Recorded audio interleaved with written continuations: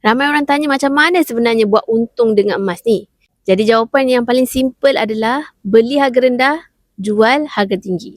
Tapi masalahnya ramai orang yang salah guna formula ni. Emas bukan untuk orang yang nak pusing duit cepat. Emas sesuai untuk orang yang nak simpan duit sekurang-kurangnya 2 tahun dan ke atas.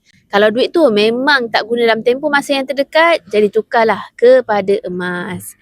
Lepas tu simpanlah selama mungkin. Jangan jual emas itu sebabkan panik harga turun. Dan jangan juga jual emas semata-mata nak ambil untung sedikit semasa harga emas tinggi.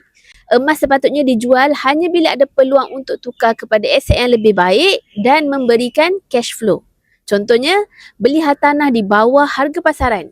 Beli tanah yang mendatangkan hasil. Jadikan modal pusingan bisnes atau lansaikan pinjaman bank dengan lebih awal untuk dapatkan rebate dan kurangkan beban hutang.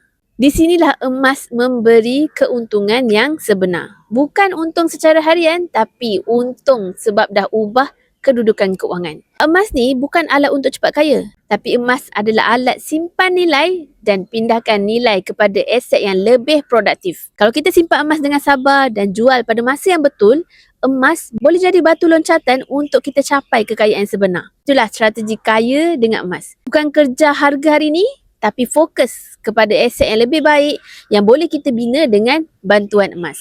Bagi yang nak mulakan tabungan emas dengan strategi yang betul, boleh rujuk pin video atau isi borang sign up untuk saya bantu sebaiknya.